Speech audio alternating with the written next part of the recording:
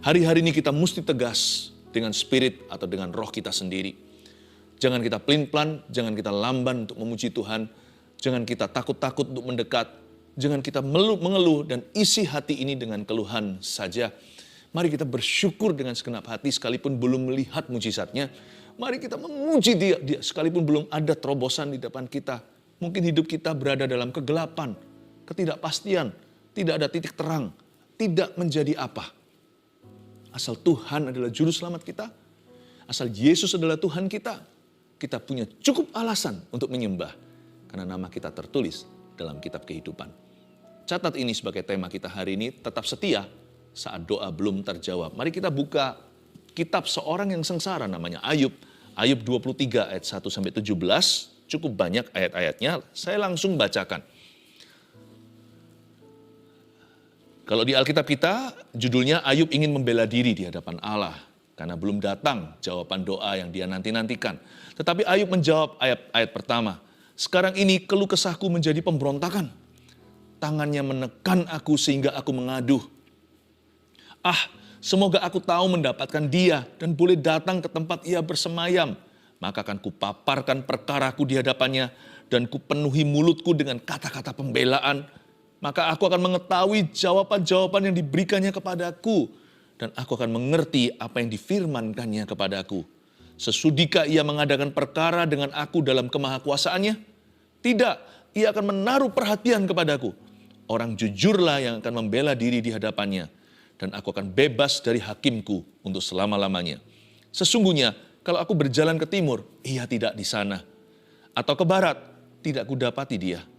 Di utara ku cari dia, dia tidak nampak. Aku berpaling ke selatan, aku tidak melihat dia. Karena ia tahu jalan hidupku, seandainya ia menguji aku akan timbul seperti emas. Kakiku tetap mengikuti jejaknya. Aku menuruti jalannya dan tidak menyimpang. Perintah dan bibirnya tidak kulanggar. Dalam sanubariku kusimpan ucapan mulutnya. Tetapi ia tidak pernah berubah. Siapa dapat menghalangi dia? Apa yang dikehendakinya dilaksanakannya juga. Karena ia akan menyelesaikan apa yang ditetapkannya atasku. Dan banyak lagi hal yang serupa itu dimaksudkannya. Itulah sebabnya hatiku gemetar menghadapi dia. Kalau semuanya itu kubayangkan, maka aku ketakutan terhadap dia. Allah telah membuat aku putus asa. Yang Maha Kuasa telah membuat hatiku gemetar. Sebab bukan karena kegelapan aku binasa. Dan bukan juga karena mukaku ditutupi gelap gulita. Ini adalah tulisan atau seruan erangan seorang yang doanya tidak dijawab Tuhan. Sebenarnya bukan tidak dijawab, belum saatnya. Kita tahu di pasal terakhir Ayub, Tuhan menjawabnya dan mengembalikan semua di dalam kehidupannya. Ayat pertama, tetapi Ayub menjawab, sekarang ini keluh kesahku menjadi pemberontakan. Tangannya menekan aku sehingga aku mengaduh. Ada kata sekarang ini. Mengingatkan kita agar kita jangan sampai terlalu terpukau dengan kondisi sekarang atau hari ini. Jangan sampai kita terbawa arus keadaan di sekeliling kita yang sementara sifatnya. Lalu kita melakukan kesalahan yang fatal yang bersifat jangka panjang. Kalau kita emosi contohnya, jangan ambil keputusan. Biasanya keputusan kita banyak salahnya. Keadaan kita itu adalah realita yang kita hidup di dalamnya. Tapi kalau dilihat dari sudut pandang Allah, dalam rencana Allah keseluruhannya, keadaan kita itu juga bisa bahaya. Menjadi ilusi atau halusinasi hari ini. Semua yang kita lihat sebagai reality, sebagai kenyataan ini akan berubah esok hari. Atau minggu depan, atau bulan depan, atau tahun depan. Minimal hidup kita di bumi ini yang sementara. Ini bukan hidup kita yang paling panjang, masih ada kekekalan. Jangan sampai hati kita itu terjerat di kejadian sekarang. Lalu kita membuat keputusan-keputusan yang merugikan kekekalan. Ada orang yang karena kecewa sama Tuhan meninggalkan Tuhan. Tidakkah dia akan menyesal suatu hari di neraka? Karena dia menyangkali Tuhan Yesus dan dia menjualnya. Jangan sampai kita karena kita sedang marah, lalu habis itu kita mengatakan sesuatu yang lukanya akan terbawa-bawa tahunan kemudian.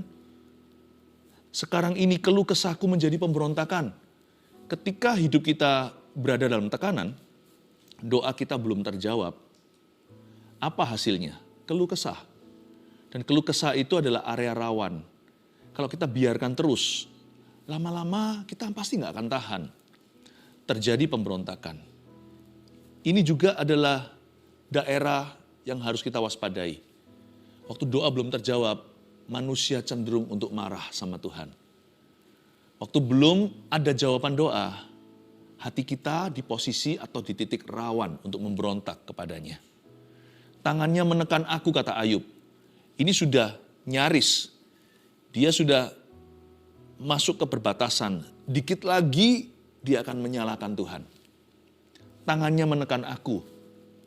Tangannya sini N huruf besar. Berarti dia menuduh bahwa semua pencobaan ini datangnya dari Tuhan. Tapi Ayub belum berdosa. Ini baru keluh kesah. Dia belum tutup kalimat. Hati-hati ya.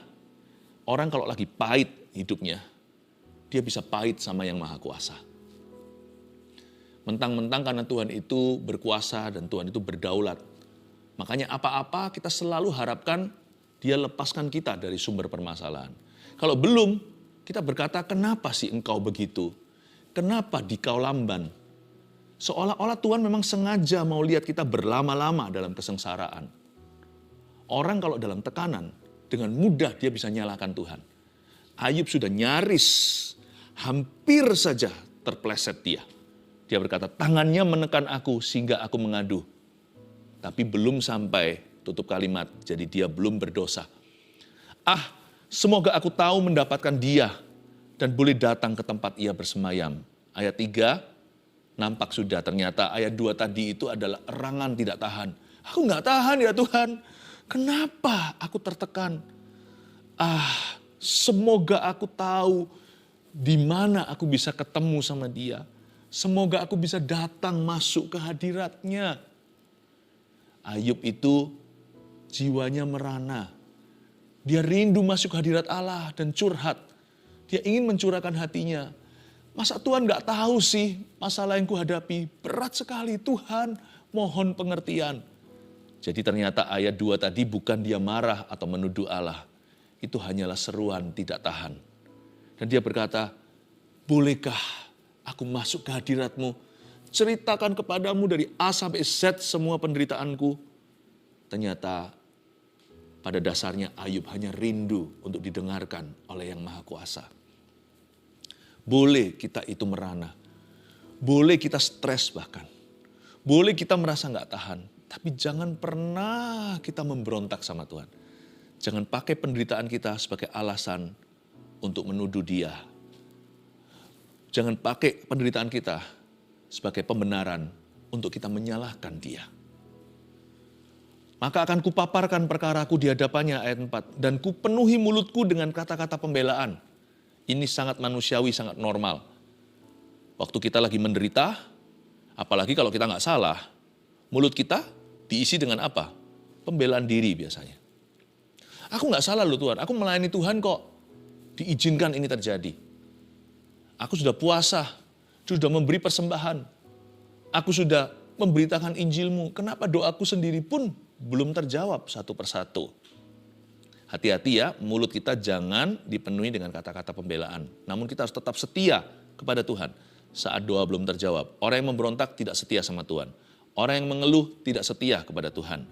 Orang yang mulutnya penuh pembelaan, orang itu tidak akan bisa setia sama Tuhan. Maka aku akan mengetahui jawaban-jawaban yang diberikannya kepada aku, ayat 5. Dan aku akan mengerti apa yang difirmankannya kepadaku. Sudikah ia mengadakan perkara dengan aku dalam kemahakuasaannya? Ayub merasa minder sama Tuhan. Dia berkata, masa Tuhan mau sih bicara sama seorang seperti aku yang hina dan seperti sampah? Sudikah, masa sudi sih Tuhan itu mau mengadakan perkara dengan orang yang hina seperti saya? Bukankah Dia Maha Kuasa? Lucu ya di ayat 6. 6a itu dia minder-minder sendiri. Tapi 6b, dia kuatkan imannya. Lalu dia berkata, tidak. No. Dia pasti akan menaruh perhatian kepadaku. Ayat 6a dia kurang percaya. Ayat 6b dia kuatkan kepercayaannya dalam Tuhan. Dia mengapi-apikan dirinya. Masa Tuhan mau dengarkan doaku? Masa orang seperti aku, orang buangan ini? Masa Tuhan sudi? Jangankan mengabulkan. Sudikah dia mendengarkan? Lalu dia berkata, tidak. Seperti dia protes terhadap pernyataannya sendiri. No. Dia pasti akan menaruh perhatian kepadaku. Jadi saya bisa melihat bahwa he was really struggling on the inside. Ayub ini sungguh-sungguh bergumul. Dia bergumul, andai kata roh bisa berdarah, dia sudah berdarah-darah. Badannya memang berdarah. Karena Alkitab mencatat, Ayub itu terkena penyakit saking gatalnya. Dia pakai beling, pakai kaca, pecahan serpihan itu untuk menggaruk-garuk kulitnya. Sampai berdarah. Tapi andai kata roh bisa berdarah, inilah wujudnya. Ayub bisa kadang-kadang berkata, nggak mungkin. Lalu setelah itu, menit kemudian dia berkata, mungkin. Nggak bisa, nggak harus bisa. Masa Tuhan mau ya? Nggak mau lah. Dia harus mau. Dia bergumul sungguhan. Ayub ini relevan. Bukankah ini yang kita alami? Bukan berarti kita gila. Tapi kita itu bergumul untuk percaya. Kuat gravitasi ketidakpercayaan menarik kita ke bawah. Rasanya hati ini mau memberontak sama Tuhan. Rasanya mulut kita itu mau menghujatnya. Kalau doa belum terjawab tuh rasanya mau lari aja dari hadirat Allah. Sekalipun ada ayat berkata, kemanakah aku dapat pergi menjauhi rohmu Tuhan. Kayaknya kita mau terbang ke ujung bumi kalau bisa. Ayat 7, orang jujurlah yang akan membela diri di hadapannya. Dan aku akan bebas dari hakimku untuk selama-lamanya. Maksudnya, give me a chance, kasih aku kesempatan untuk menjelaskan. Ayub ingin menjelaskan sama Tuhan bahwa dia nggak bersalah. Kenapa dia dijadikan setan bulan-bulanan?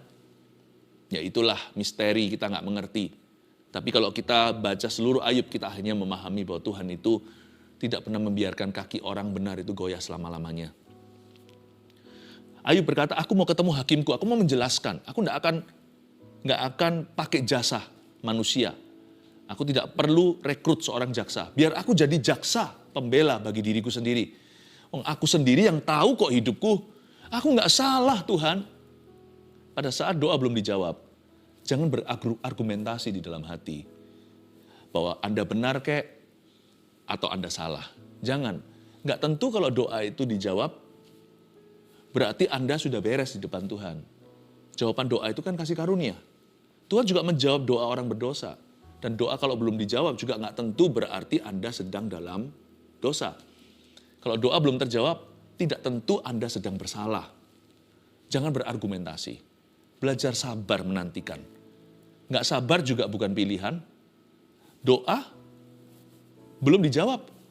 Apa pilihan kita? Ya sabar dan beriman, tetap berharap kepadanya. Ayat 8, sesungguhnya kalau aku berjalan ke timur, ia tidak di sana. Wait, tunggu. Ini bukan hanya doanya nggak terjawab. Ayub tidak bisa merasakan hadirat Allah.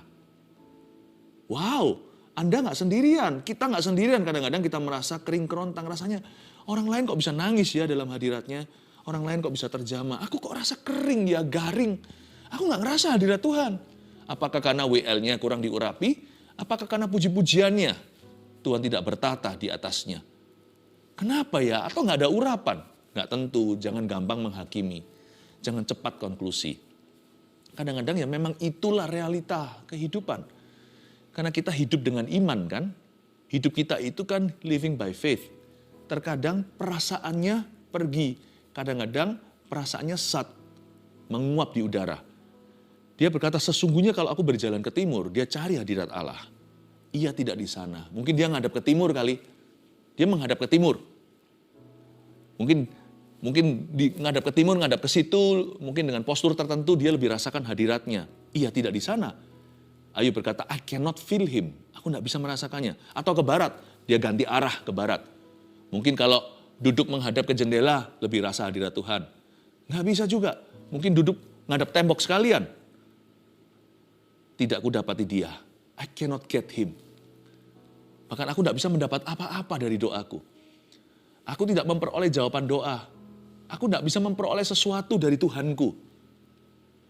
Di utara aku cari dia, ia tidak nampak. Atau berpaling ke selatan, aku tidak melihat dia. I cannot see him. Biasanya kalau orang berdoa kan dia bisa melihat Tuhan dalam hidupnya. Nggak lihat Tuhan beneran, tapi lihat Tuhan atau campur tangannya. Aku nggak melihat campur tangan apa-apa. Mana hasil doaku? Kok nggak ketemu? Ayat 10. Karena ia tahu jalan hidupku. Seandainya ia menguji aku akan timbul seperti emas. Luar biasa loh ayat 10 ini. Bagi seorang yang tidak bisa merasakan hadirat Tuhan sama sekali lagi. Dia membuat satu pernyataan iman yang sangat powerful, yang sangat berkuasa. Dia berkata, aku tahu semua perasaan garingku atau semua perasaan hadirat Tuhan yang sat dan menguap di dalam jiwaku ini bukan berarti Tuhan gak ada. Hanya karena aku tidak merasakannya bukan berarti Tuhan gak ada. Karena ia tahu jalan hidupku. Ayub mengakui karakter kemahatauan Tuhan.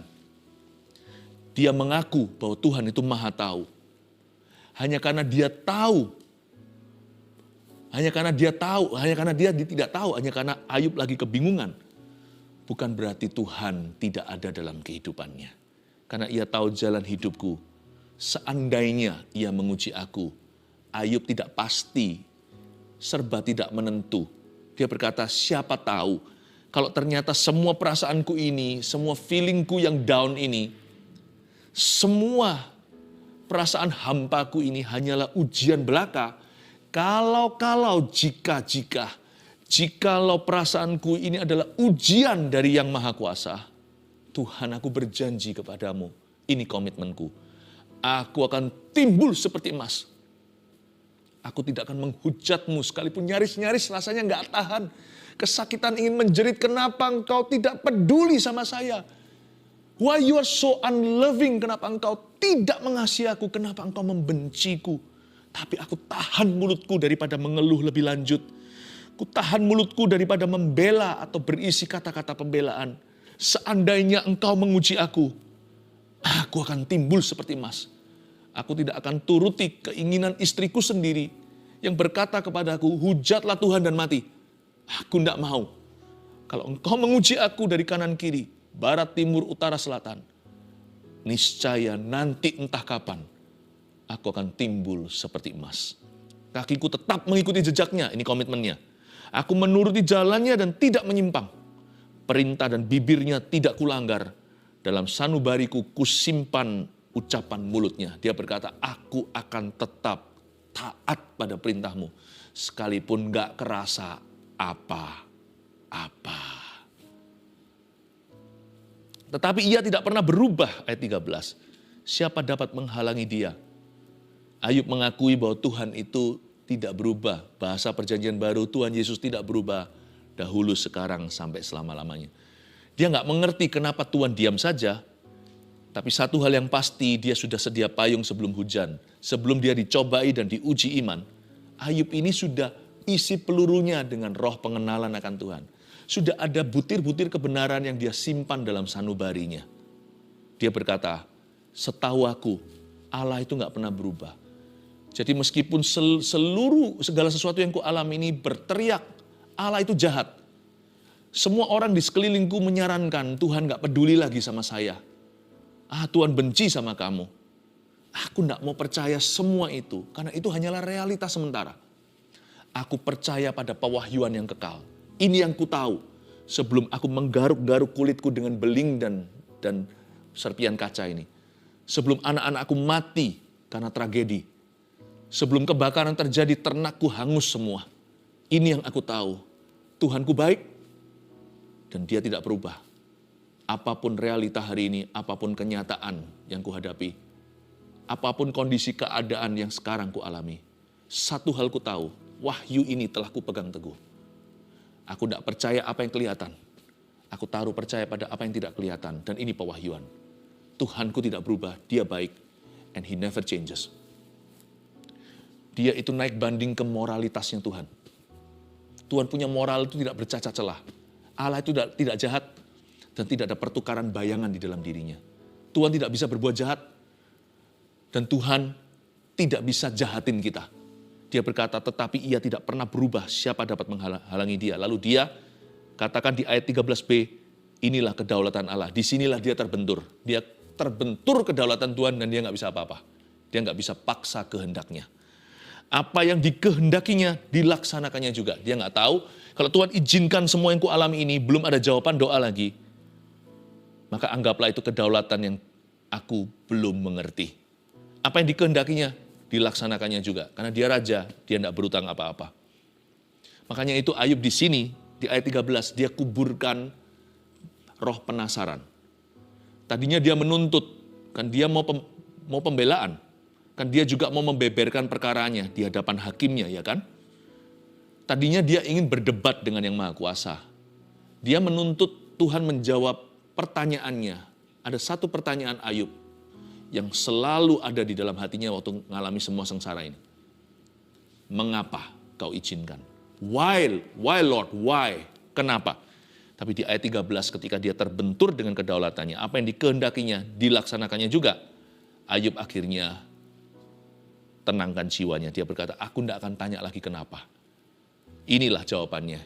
Jawaban terbaik di bawah kolong langit. Mengapa doa belum terjawab?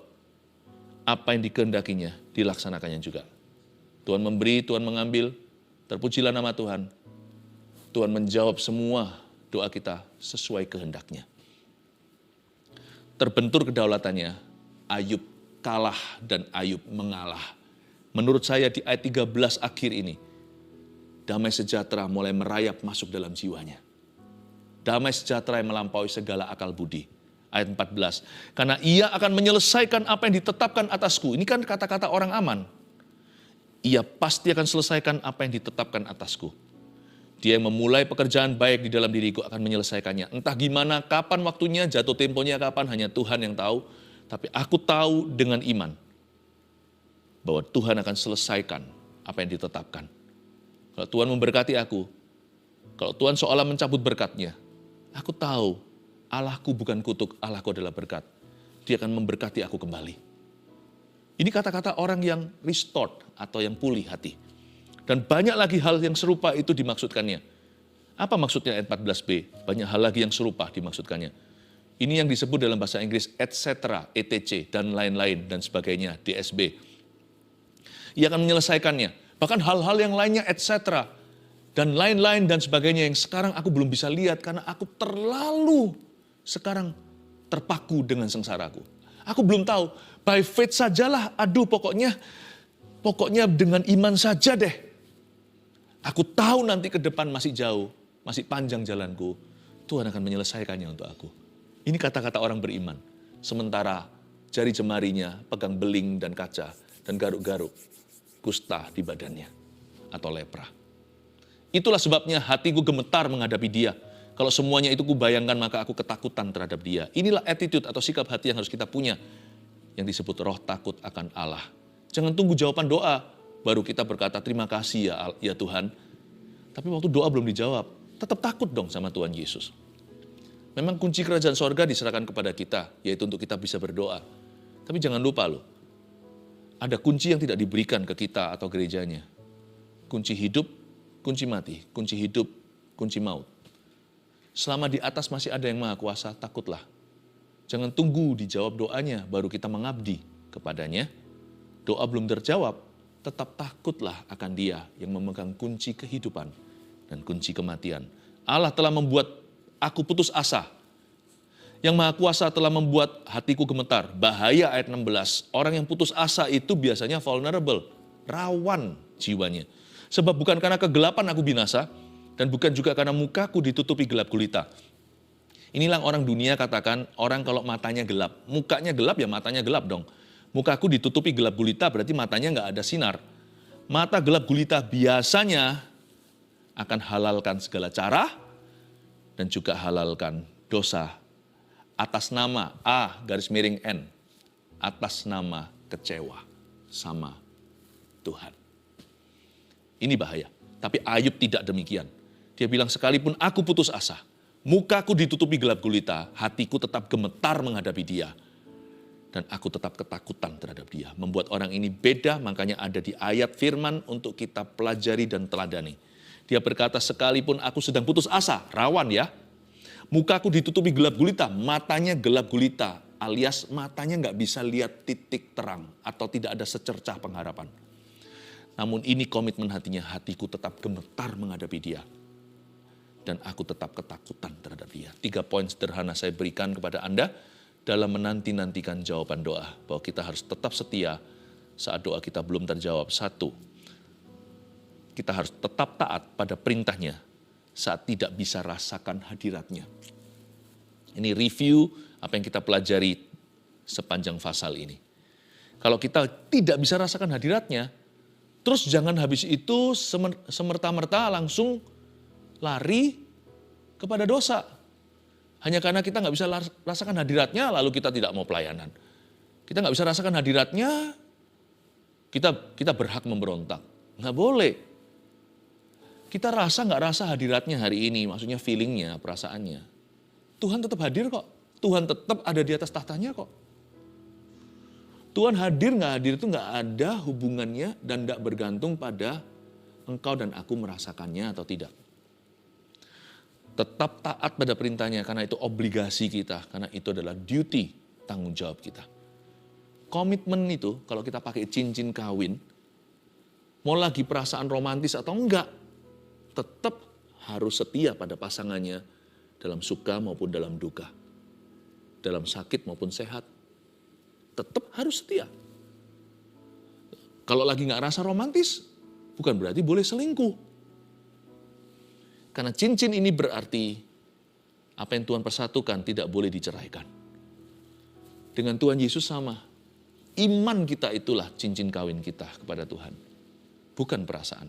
Kalau kita nggak merasakan hadiratnya, kita tidak boleh berzina secara rohani dengan adanya ilah lain di hidup kita. Berzina secara jasmani juga jelas-jelas tidak diperbolehkan.